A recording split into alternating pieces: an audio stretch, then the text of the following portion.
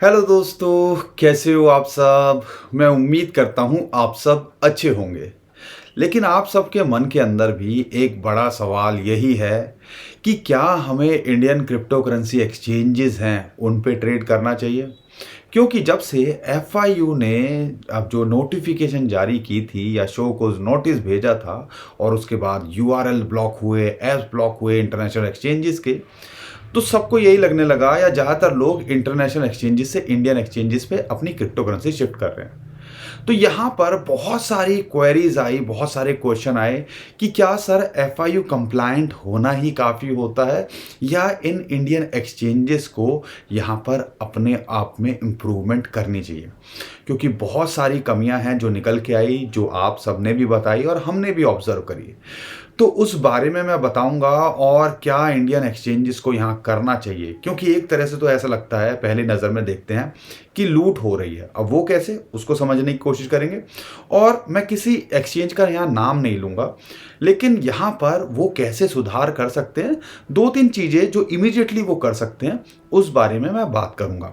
और उम्मीद करता हूँ अगर एक्सचेंजेस इस वीडियो को देख रहे हैं तो थोड़ा सा सीरियसली लीजिए और आम यूज़र जो होता है उसके बारे में भी समझने की, सोचने की कोशिश कीजिए कि वो ठगा महसूस ना करे।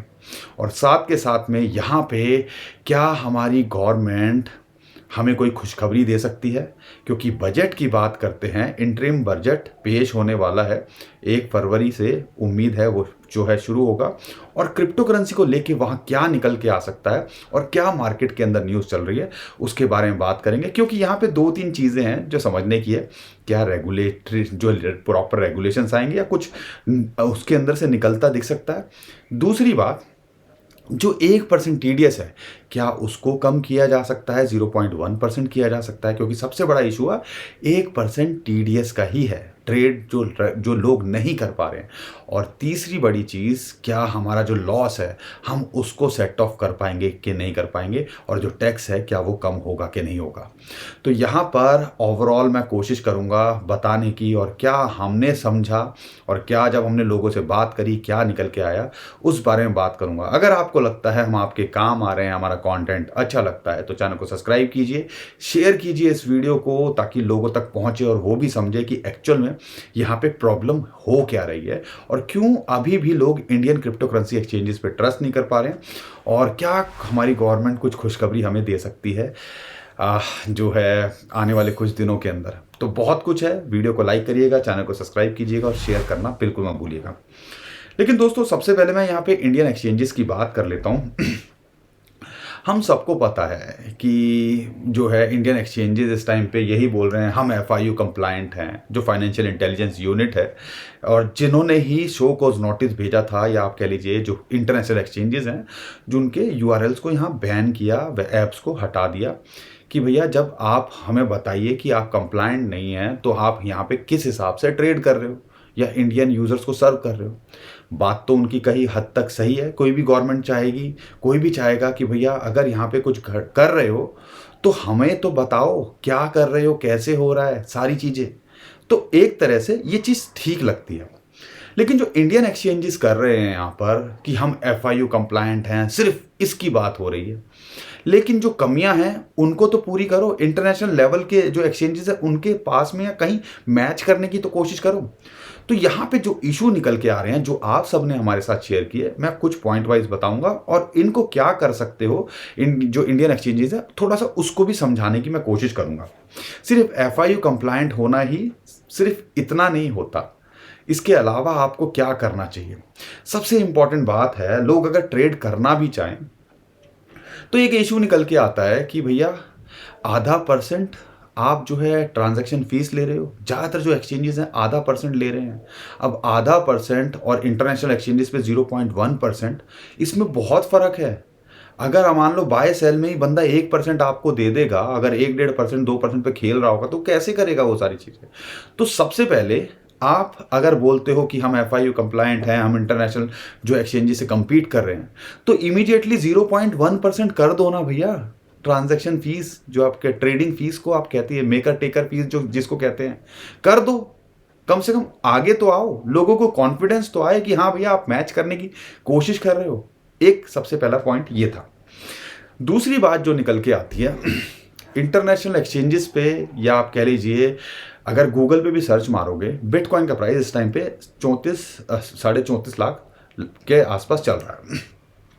लेकिन इंडियन एक्सचेंजेस पे कहानी अलग चल रही है। इंडियन एक्सचेंजेस पे कहानी ये चल रही है कि यहाँ पे 2 लाख रुपए आपको प्रीमियम देना पड़ रहा है, यानी कि 36-36.5 लाख के आसपास का एक बिटकॉइन चल रहा है। और यूएसडीटी की बात करते हैं, अगर गूगल पे सर्च मारोगे, इंटरनेशनल एक्सचेंजेस पे जाओगे तो 83 रुपीज़ के आसपास है एक्चुअली में जो मार्केट रेट है। लेकिन अगर वहाँ जाओगे इंडियन एक्सचेंजेस पे तो वही आपको 88, 89 ऐसे मिल रहा है। इतना बड़ा प्राइस डिफरेंट, 5-7% का गैप। अब इसमें लोग क्या कहते हैं, एक्सचेंजेस का एक्सक्यूज़ क्या है कि हमें नहीं पता, हम कैसे करें यहाँ पर, कि क्योंकि ये तो आम आदमी ट्रेड कर रहे हैं, हम तो सिर्फ सर्विस प्रोवाइड कर रहे हैं। लेकिन यहाँ पर कई बार ऐसा क्यों होता है कि एकदम से अगर कोई सेल करने की लो पे बिड लगा देता है तो यहाँ पे एकदम से उसका माल बिक जाता है। कौन लेके बैठा हुआ है, और कोई बड़ा बल्क में आता है तो वो भी बिक जाता है। क्या आप कोई जो एक्सचेंजेस हैं इस चीज़ के ऊपर ट्रांसपेरेंसी है, ट्रांसपेरेंट हो आप इस चीज़ को लेके कि कौन आपके पास में ट्रेड कर रहा है या कैसे ट्रेड कर रहा है? कुछ नहीं पता। प्राइस का डिफरेंस है, उसको आप कहीं ना कहीं कुछ सॉल्यूशन तो लेके आओ कि प्राइस के डिफरेंस को आप कम कर पाओ।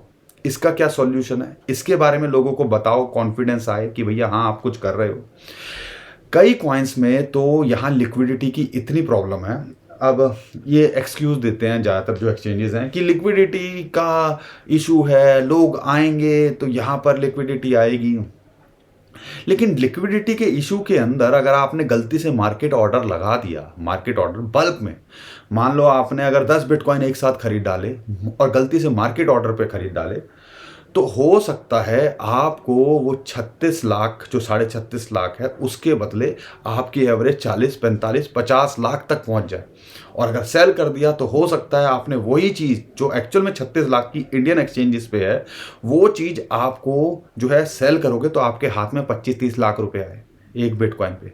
ये कहानी है। अब इसके लिए कहीं ना कहीं कोई मैकेनिज्म तो बनाओ, लोगों को सेव करने के लिए कुछ बात तो करो। तो ये इंपॉर्टेंट चीज़ है जो एक और चीज़ आपको देखनी चाहिए। मुझे पता है कि इंडियन एक्सचेंजेस भी नहीं चाहेंगे कि यूज़र का नुकसान हो, लेकिन कहीं ना कहीं आगे आके ये सारी चीज़ें बोलो तो सही, कैसे करोगे, क्या सॉल्यूशंस है। और कुछ इमीडिएट एक्शन जो मैंने बताया, आप आधा % ले लो, 0.1% तो इमीडिएटली कर दो ना, लोगों को कॉन्फिडेंस तो आए कि चलो आप कुछ करने की कोशिश कर रहे हो, एफर्ट्स लगा रहे हो। यहाँ पर एक और इशू जो आता है, क्रिप्टो विड्रॉल। बहुत सारे एक्सचेंजेस हैं, अगर आपने इंटरनेशनल एक्सचेंजेस से वहाँ पे ट्रांसफ़र कर दिया है तो आपके पास कोई सॉल्यूशन नहीं है कि आप वहाँ से अगर मन चाहे तो अपने पर्सनल वॉलेट में निकाल सको या हार्डवेयर वॉलेट में निकाल सको। आपको वो वहाँ पे ही रखना पड़ेगा या आईएनआर में बेच के बैंक अकाउंट में लेना पड़ेगा। क्यों भैया, क्रिप्टो विड्रॉल भी तो देने चाहिए ना। अगर मान लीजिए किसी ने लॉन्ग टर्म के लिए रखा है, लॉन्ग टर्म मतलब कोई सोच रहा है कि भैया आज मैंने एक बिटकॉइन लिया, मैं तो 2025 में 2026 में देखूंगा क्या रेट है, या मैंने कोई कॉइन लिया उसको 2025-26 में देखूंगा क्या रेट है उसका। अब यहाँ पर आप विड्रॉल ही नहीं दे रहे हो। अब विड्रॉल नहीं देंगे तो वो भैया, अगर वो मान लो आपका कॉन्फिडेंस नहीं है, 2-3 साल के लिए रखता है और किसी को आप एक्सचेंज पे विश्वास नहीं हो रहा है, क्योंकि पहले भी बैक ऐसी बहुत सारी चीज़ें हुई हैं कि हमने अनऑथराइज तरीके से, बहुत सारे केसेस हैं, आप गूगल पे सर्च मारो, ट्विटर पे सर्च मारो कि अनऑथराइज तरीके से या तो बेच दिया गया या उनका क्रिप्टो कहीं और ट्रांसफ़र हो गया। अब उसकी सुनवाई के लिए क्या चीज़ है। तो यहाँ पर एफआईयू, अगर हमारी गवर्नमेंट को भी इन सारी चीज़ों पे, इनके लिए भी नॉर्म्स बनाने चाहिए इंडियन एक्सचेंजेस के। सिर्फ इंडियन एक्सचेंजेस के कहने पे इंटरनेशनल एक्सचेंज बंद करने से सॉल्यूशन नहीं है। हमारी गवर्नमेंट, और आई एम श्योर कि इन सारी चीज़ों पे भी वर्किंग कर रही होगी। मैं आगे बात करूँगा कि हमारी गवर्नमेंट शायद क्या कर रही है और हो सकता है हमारे लिए क्यों खुशखबरी हो, उस बारे में बताऊँगा। लेकिन इस चीज़ के ऊपर भी तो फोकस करना चाहिए ना कि यहाँ पर ये सारी चीज़ें क्या चल रही हैं। तो ये सारी चीज़ों को अगर आप देखोगे, सिर्फ एफआईयू कंप्लायंट होना ही काफ़ी यहाँ पर नहीं है।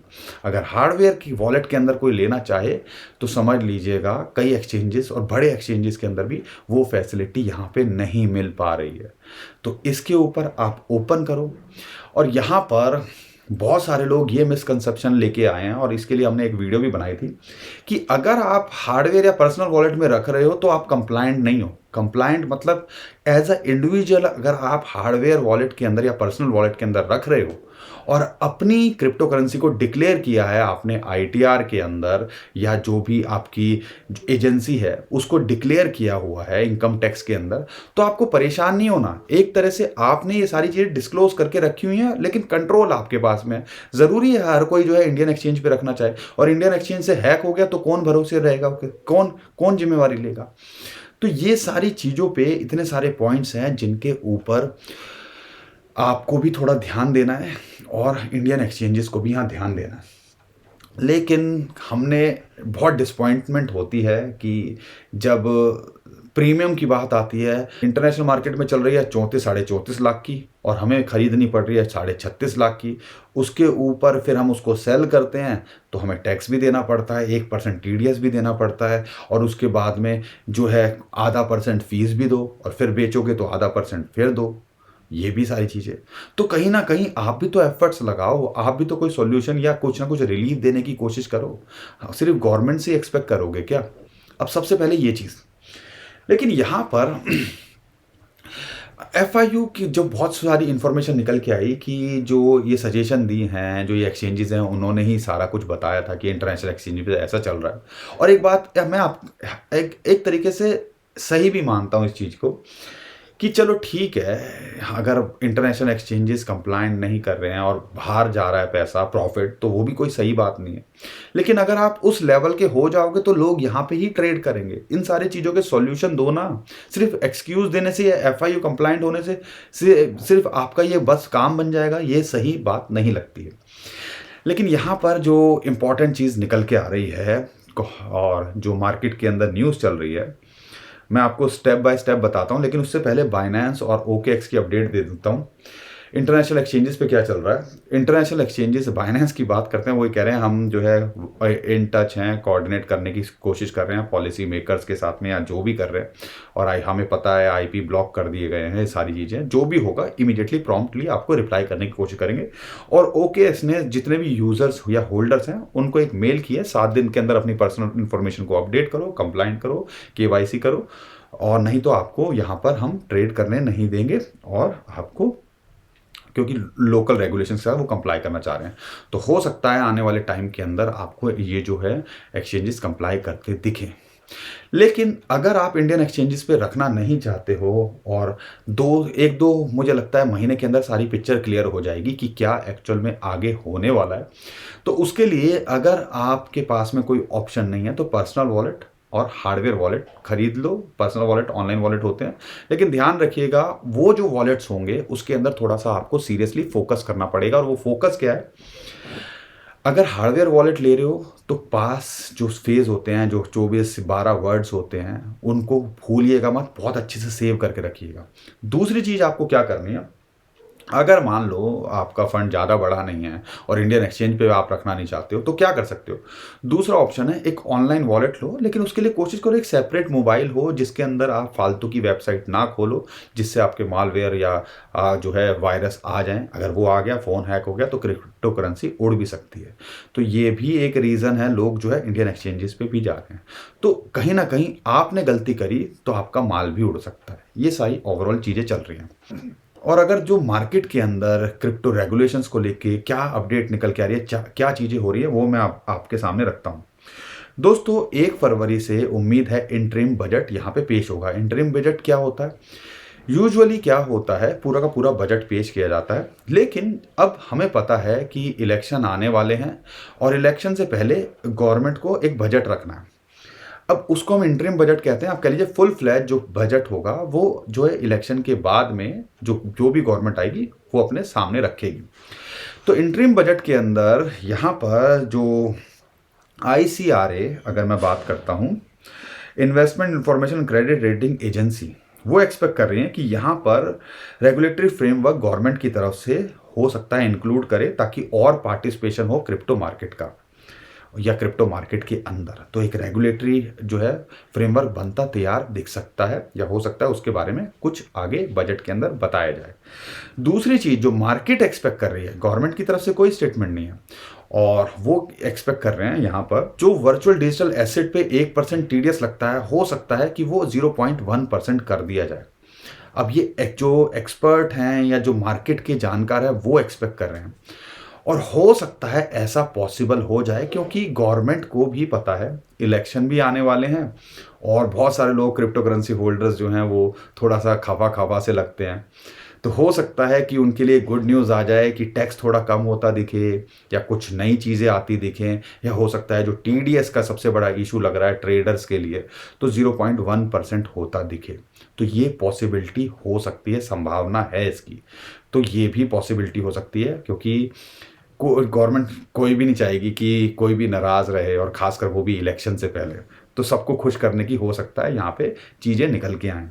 और आपको बता दूँ कि बिल्कुल पॉसिबिलिटी है ये सारी चीज़ें निकल के आ सकती हैं। बाकी कोई भी इम्पोर्टेंट अगर अपडेट आएगी गवर्नमेंट की तरफ से, इंटरनेशनल एक्सचेंजेस की तरफ से, या इंडियन जो एक्सचेंजेस हैं उनका हमारी बातों पे क्या कहना है या कुछ वर्कआउट हुआ है, तो हम कोशिश करेंगे एक वीडियो आपके सामने लाने की, और इंडियन एक्सचेंजेस के जो रिप्रेजेंटेटिव्स हैं उनको भी सामने आपके लेके आएँ और उनसे भी पूछें ये सवाल। अगर आपके कोई सवाल हैं तो हमें कमेंट में पूछिएगा, हम आपकी तरफ से भी पूछने की कोशिश करेंगे, या कोई बात हमसे छूट गई है तो वो भी हमें बताइएगा, वो भी हम यहाँ पर आगे पूछने की कोशिश करेंगे।